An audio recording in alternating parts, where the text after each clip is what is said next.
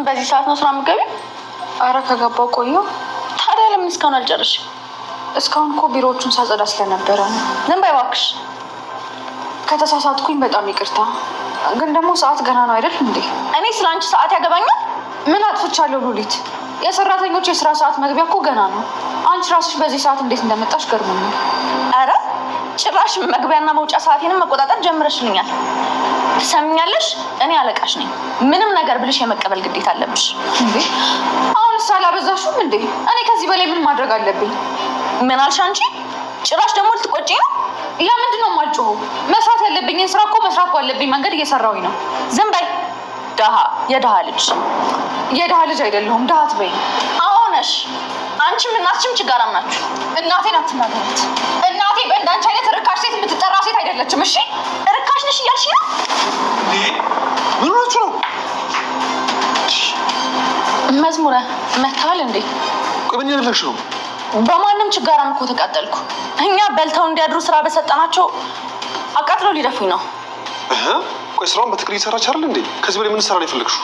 መዝሙር በማታውቀው ነገር ጣልቃ አትግባ። ልጅቷ ምን ያክል ጥጋበኛ እንደሆነች አልገባም። እንደውም ሳስበው ስራውን የፈለገችው አይመስለኝም። ቆይ ስራውን የማትፈልግ ቢሆን በዚህ በጠዋት መታ እዚህ ውሃ ውስጥ ተዘፍቃ መሰሪያ ይመስልሻል? መዝሙረ አንተ የማታውቀው ብዙ ነገር አለ። እኔ እናንተ በኋላ እናወራለን። አሁን ከሷ ጋር እንጨርስ። ኖ ሉሊት ሰሚኛለሽ? የሰው ልጅ ባለበት ቦታ መገመት የለብሽም።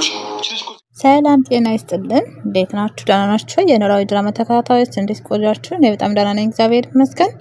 እንግዲህ እዚህ ላይ ሉሊት እግሯን ወንበር ላይ አድርጋ ቢሮዋ ውስጥ ቁጭ ባለችበት ሰዓት ማንም ገና ለገና ለቃይ ተሳፍሯን ሌላ ቦታ ሄዷን ብላ እንግዲህ ዘና እያለች ነው ማለት ነው። እግሯንም ዘርግታ እንግዲህ ቁጭ ብላ እጇን ጠፍሯን እያየች እያለ ድንገት እንግዲህ መዝሙረ የሚባል አንድ ወጣት ወደ ክላሷ ወደ ቢሮዋ ይገባል ማለት ነው።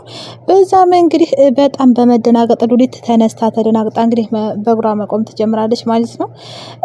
እንግዲህ ያያት ሰውም በጣም ገርሞትና እንትን ብሎ እንዴት ስራዋን ተዘናግታ እንደዚህ የተቀመጠችው ለምንድን ነው በማለት ደንግጣ ባለችበት ሰዓት ሁኔታዋን እንግዲህ ይመለከትና ወደ እሷን በመቀረብ እንግዲህ ሃይ በማለት እንግዲህ ሉሊት እንዴት ነሽ ሐዋሪው ምናምን እያለ እንግዲህ ሰላም ይላታል ማለት ነው። እሷም መዝሙር በማለት እንግዲህ ሄዳ አቅፋ ሰላም ትለዋለች ማለት ነው። እንግዲህ እሷም አንተ ነህ ወይ እውነት አንተ ነህ ወይ እያለች እንግዲህ እንዲሁም ደግሞ እንዴት ልትገኝ እዚህ ቻልህ ደህና ነህ ወይ ብላ እንግዲህ ሰላም ማለት ትጀምራለች ማለት ነው። እሱም እንግዲህ አንቺስ ደህና ነሽ ወይ ሰላም ነው ወይ እያለ ሰላም ይላታል ማለት ነው። እሱም እንግዲህ ውበቷን ማደናነቅ ይጀምራል ማለት ነው። እንዲሁም ደግሞ በእንግሊዝም እየቀላቀለ ነው ሲያወራት የነበረው ነገር ግን እሷ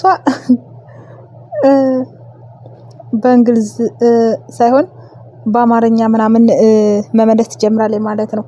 እንግዲህ ተቀመጥ ያለች እንግዲህ እንዲቀመጥ ትጋብዘዋለች።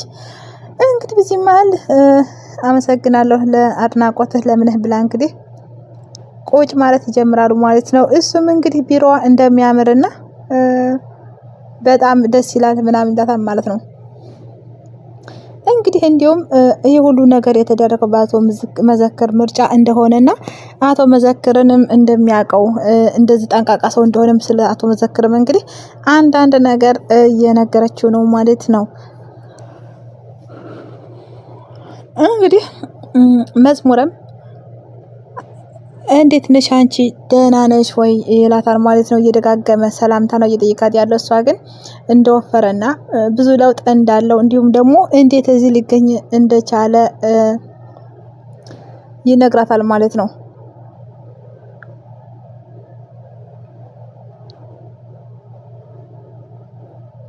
እንግዲህ መዝሙርም ወደ ውጭ መውጣት እንደሚፈልግና እንዲሁም እሷም ደግሞ ወጣ ማለት እንደምትፈልግ ትነግረውና እንግዲህ ቢሮዋን ትታ ዘግታ እንግዲህ ወደ ውጭ መውጣት ትጀምራለች ማለት ነው።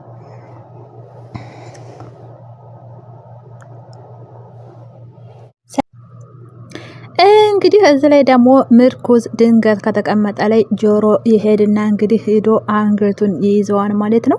እንግዲህ ወርቁን መልስ፣ የት ነው ያደረጋችሁት? ወርቁን ለምን አትመልሱም? እያለ ጆሮ እንግዲህ ሄዶ እንትን ማለት ሲጀምር ምርኩዝም እንግዲህ ይልቁንስ አንተ ናፍቀህኛል፣ እኔ አንተ ሰማይ ቤት እኔ ምድር ቤት ያለን እየመሰለኝ ነውና ናፍቀህኛል እያለ እንግዲህ ሌላ ለማታለል ይሞክራል ማለት ነው።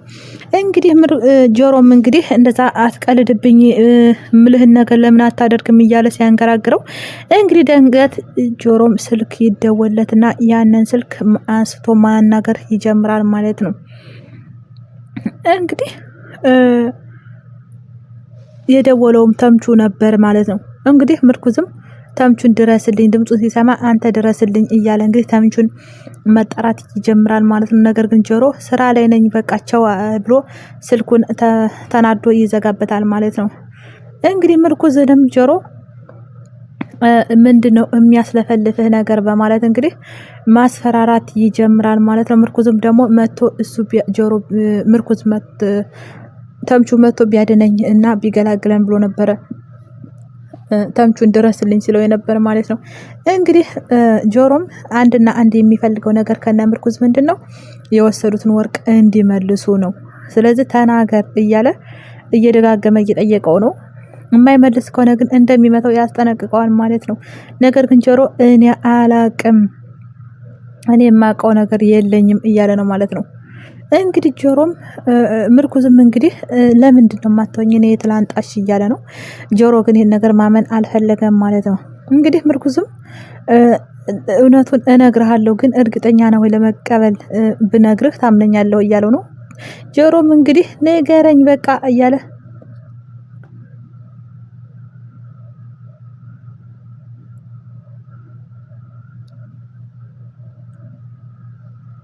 እንግዲህ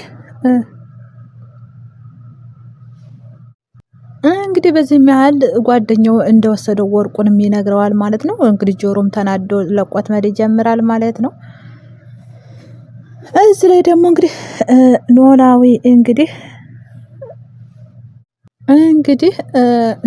እንግዲህ ፋኖስን አይኗን እያየ እንግዲህ በጣም በመገረም ታየዋለች ማለት ነው። ፋኖስም እንግዲህ ኖላዊን ለምን እንደዚህ እንደማያት ብትጠይቀውም ነገር ግን ኖላዊ የሚያሳስበው ነገር ቀን በቀን ታመምኩ ማለቷ ነበር ማለት ነው።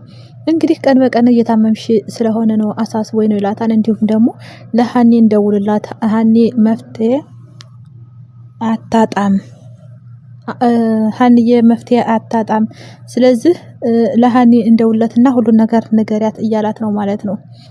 እንግዲህ ኖላዊና ሀኒ ተጣልተዋል። ፋኖስም ለሀኒ ቢደውላት እንደማትመጣ እየነገረችው ነው ማለት ነው። እንግዲህ አባትና ልጅ ጸብ ናቸው። ኖላዊ እንግዲህ የሀኒ አባት ነው ማለት ነው። እንግዲህ መቼም ባንቺ አትጨክንም ብዬ ነው እንግዲህ ያላት። እንግዲህ ፋኖስም ዳንኤል አሁኑ ደህና ነኝ እያለች እየነገረችው ነው። ግን ኖላዊ ትልቅ ፍራቻ እየፈራ ነው ማለት ነው። የፈራው ምንድነው ለፋኖስ ነው የፈራው፣ ምክንያቱም ሁልጊዜ ታመሙ በማለቷ። እንግዲህ ችግር የለም አትስብ ብለው እንግዲህ ምንም ነገር እንደማይሆናትና ምንም እንደማትሆንም ትነግሯለች ማለት ነው። እንግዲህ ኖላዊም በጣም ሰው እርቦኛል፣ እንዲሁም ደግሞ የምወደው ሰው ስለማይበረክትልኝ ለዛ ነው እኔ በቃ እያለ እንግዲህ ሌላ ፍራቻ አለው ማለት ነው። እንግዲህ ፋኖ እሱም ዋናው ፍራቸው ምንድነው ነፍሰ ጡር ናተኝ። እሷ ነፍሰ ጡር ስለሆነች እንግዲህ ህመሟን ደብቃ እየታመመች ነው የሚል ፍራቻ ስላለው ነው ማለት ነው ፋኖስ የተጨነቀው። እንግዲህ ፋኖስም ምንም ነገር እንደማትሆን ደህና እንደሆነች እንግዲህ አስረግጣት ነግረውም፣ ነገር ግን ፋኖሴ ኖላዊ በጣም ፍራቻ ላይ ነው። እንግዲህ በዚህ መሀል በቃ ልነሳና ደህና ነኝ ምግብ ልስራና ራት ላብላህ ብላ ልትነሳ ስትል እሱም አይቻልም ተኝ፣ እኔ ምግብ ሳይሆን ያንቺ ጤንነት ነው እንትን ያለኝ ያሳሰበኝ፣ እንዲሁም እኔ እቃውን ላቀራርብልሽና ችግር የለውም አንቺ ቢያንስ ትሰሪያለሽ ብሏት እንግዲህ እቃውን ለመቀራረብ እንግዲህ ይሄዳል ማለት ነው። እንግዲህ እሱም እቃውንም እንኳን ስለማያውቀው የት ነው የሚገኘው እያለ ማፈላለግ ይጀምራል ማለት ነው።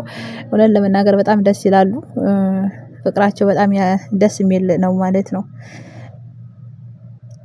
አንድ ሰው ነፍሰ ጡር ሆና ሚስቱን ሲንከባከብ ማየት በጣም ደስ ይላል። እናም ወንዶቹ እንግዲህ ሚስቶቻችሁን ተንከባከቡ ማለት ነው። ከፊልሙ የምንረዳው ነገር እና የምንማረው ነገር በቃ አንድ ሰው ህመም ላይ ችግር ላይ በሆነበት ሰዓት ለዛ ሰው ማሰብ ከራሳችን በላይ ማሰብ እንዳለብን ነው ማለት ነው።